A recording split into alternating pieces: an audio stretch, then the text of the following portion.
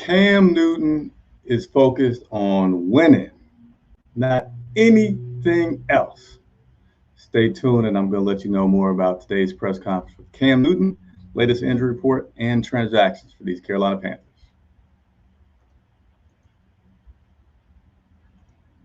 All right, let's play a little Carolina Panthers trivia. Tell me what person has interviewed the most Carolina Panther players one-on-one that doesn't work for the organization? Yeah, it's me. I'm Chris Jenkins. I'm with Charlotte Vibe, and I invite you to subscribe to my YouTube channel where each and every week I interview players one-on-one. And the cool thing about it is I always say I work for the fans. So I always take questions from you guys, ideas from you all, and I put that into my interviews with these players every week. And something very fun at the end of the interview is I do an activity like Office Olympics, just something really fun. And I don't always win, but that's not the point. Just so you guys can get the chance to see these players as people, not just as guys with helmets on running around on Sundays. It's really cool.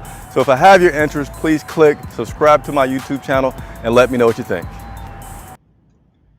Actually, you guys probably think I'm crazy. What all was I doing? I was trying to adjust my chair. And yes, it's the same shirt. I mean, things happen. But here I am. You're not here for my fashion. You're here for content on the Carolina Panthers. So Cam Newton spent some time talking with the media today, as well as Robbie Henderson. And let me say a few things before I get too far into this. Subscribe to the video, subscribe to the channel, like the video, subscribe to the channel. Here's why. The larger I grow, the more I can do for you guys, the more I can have one-on-one interviews and do other things that I love doing and that you guys love doing. Today, I know this may shock people because it's not the star that you're used to, but I talked with J.J. Jansen, our long snapper. Man, it was a great interview. That interview was going to be up pretty shortly. And it was very insightful. All the stuff that you saw happening in Buffalo with the special teams and the kicker, if you're looking at Twitter, you're looking at TV, it kind of looks like, man, this stuff's in disarray. What's going on here? But in speaking with JJ today, they knew Brandon was going to kick all along. They were just trying out other things to see if there's some hidden talent that somebody has that they didn't think about. So I'm going to stop it there. But seriously, JJ Jansen, subscribe to the channel, watch that video, hit the like button. It helps me to do what I love doing and getting questions answered about this Carolina Panther team and what they're doing and where they're going. Again, I love that interview with JJ. And sorry, PR team, I went a little long on that interview with JJ, but it was great. So let me go ahead and get to today's information. And before I get to Cam Newton and what he said, let's go over a few transactions that the Carolina Panthers have made recently. These transactions were tough. We have more players are getting COVID. It's going to make it even more challenging for us to get a W this Sunday, just being real. Let's go ahead and let me put this back on the screen here. Center Pat Eflin, yes, the backup to Matt Paradis. He's on the reserve COVID-19 list. Guard Dennis Daly. He is on the reserve COVID-19 list. Defensive end Austin Larkin, he's on the practice squad.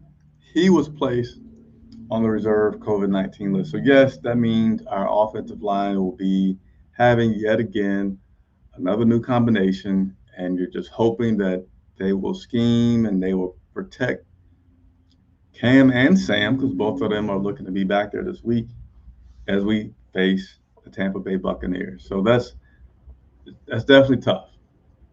All right, let's go with the injury report. Latest injury report. That is not it. This is your latest injury report. Wide receiver DJ Moore, once again, did not practice today with a hamstring injury. Tackle Cameron Irving, he was limited in practice today with his calf. Defensive tackle Phil Hoskins was limited in practice today with his back. I don't list guys that are 4 participants. Stephon Gilmore, he was listed yesterday with some limited stuff, and he was like, hey, I don't know what you guys are talking about. He's not on the list today. So that's your latest injury report. Let me see if I had some people sign in here that I can give a few shout outs to before I go through it. By the way, I won't say that yet. It's not that time yet. Tab Black. Hey, Tab, I haven't seen you. Man, let me put this screen. I haven't seen you in a minute. So appreciate you joining and saying hello. Nothing new. The offensive line has been terrible. Yeah, it's been a little bit too messed up there. It's been a little bit of a struggle with that offensive line with Tab. I appreciate your comments 100%. Cam Newton spoke with the media today. And, you know, Cam was all about winning. So why do I say that? So Cam was asked about the 4th and 1 situation. He's like, hey, let me nip that in the bud. I'm focused on Tampa Bay Buccaneers and winning and going forward. Hey, what Cam, what if you, and I'm not making fun of the people asking these questions, my colleagues, but hey, Cam, what about Taysom Hill? Would you be interested in, working for this team in that kind of capacity? Focus on winning. Cam. What about this being your last game at Bank of America Stadium? And that possibility, like, why do you keep saying possibility? I'm not focused on that. He's like, I'm putting all my energy in winning this Sunday and controlling what I can control. I can't control everything else. I can't talk about what a defensive lineman has to do. I can't talk about what Matt Rule and those. He's like, I got enough focus on being a quarterback of the Carolina Panthers and winning this Sunday. That is what is most important to me. That is what I'm trying to do. That is what I'm working hard to do is win. And I'm not going to, I'm paraphrasing, let other distractions come into it. I'm putting all of my energy into Tampa Bay. He says that nothing else is more important than winning. And his time here in Carolina, what has he learned in this time that he's been here, a little over a month? And he said that, it takes complementary football to win. It takes not just the offense doing good, not just the defense doing good, not just the offense and defense. It's all three phases: offense, defense, special teams, doing good to win. And it takes 11 people. Not just one person can will this team to victory. Even though he wants to put the city on his back. He wants to put the team on his back. But he understands that it's more than just him, and that he has to be better. Robbie Henderson was next up to talk to the media.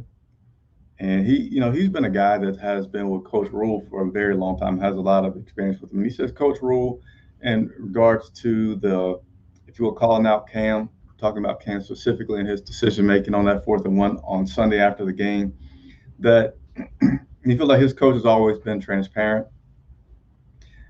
He doesn't have too much pride to come and after looking at film say, hey, that was my fault. We should have put you guys in a better position to win. And he feels like having a relationship with your coach is something that helps make those situations more understandable. And, these guys got to be coached. And on the outside, you may say, oh, man, that sounds rough. But players, they need feedback. And he said it's not something foreign to experience and have from your head coach.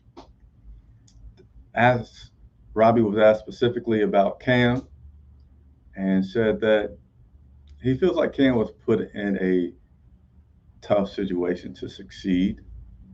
And when I say tough, not like he shouldn't succeed, but he had a lot that he had to do, and not having OTAs and not knowing the playbook, just being brought in here a little bit more than midway through the season to do good, and said that Cam's doing all he can. Cam works hard.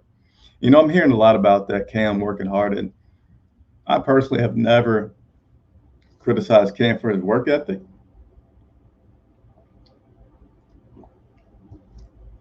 You can look at this guy's body and tell that he works hard. He's certainly at that stadium a lot, trying to get better. We're just going to see what happens this Sunday versus the Tampa Bay Buccaneers.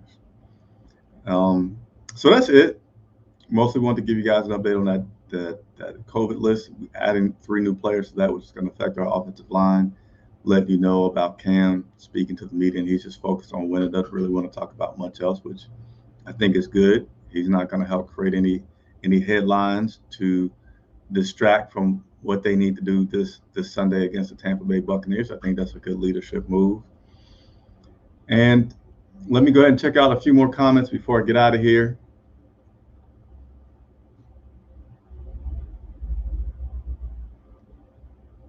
Trill saying, what's up? What's up, Trill One? Appreciate you tuning in. Can't get out of here without some slander on Coach Rule. Matt Rule, mediocre college coach. Get out of Charlotte, says Sea Dog 1983. So that's it. Continue to stay tuned. We do have the holidays coming up, but guess what? I am going to continue to report Expect News from Charlotte Vibe tomorrow. Saturday, we typically don't have news anyway, which is Christmas Day. But we'll be back live Sunday at 11:30 a.m., getting you prepared for the Carolina Panthers versus the Tampa Bay Buccaneers.